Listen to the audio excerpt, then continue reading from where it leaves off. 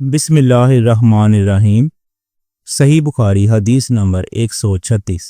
میں ایک مرتبہ ابو ہریرہ رضی اللہ عنہ کے ساتھ مسجد کی چھت پر چڑھا تو آپ نے وضو کیا اور کہا کہ میں نے رسول اللہ صلی اللہ علیہ وآلہ وسلم سے سنا تھا کہ آپ صلی اللہ علیہ وآلہ وسلم فرما رہے تھے کہ میری امت کے لوگ وضو کے نشانات کی وجہ سے قیامت کے دن سفید پیشانی اور سفید ہاتھ پاؤں والوں کی شکل میں بلائے جائیں گے، تو تم میں سے جو کوئی اپنی چمک بڑھانا چاہتا ہے تو وہ بڑھا لے، یعنی وضو اچھی طرح کرے۔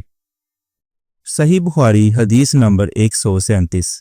رسول کریم صلی اللہ علیہ وآلہ وسلم سے شکایت کی گئی کہ ایک شخص ہے جسے یہ خیال ہوتا ہے کہ نماز میں کوئی چیز یعنی ہوا نکلتی معلوم ہوئی ہے۔ آپ صلی اللہ علیہ وآلہ وسلم نے فرمایا کہ نماز سے نہ پھرے یا نہ مڑے جب تک آواز نہ سنے یا بو نہ پائے۔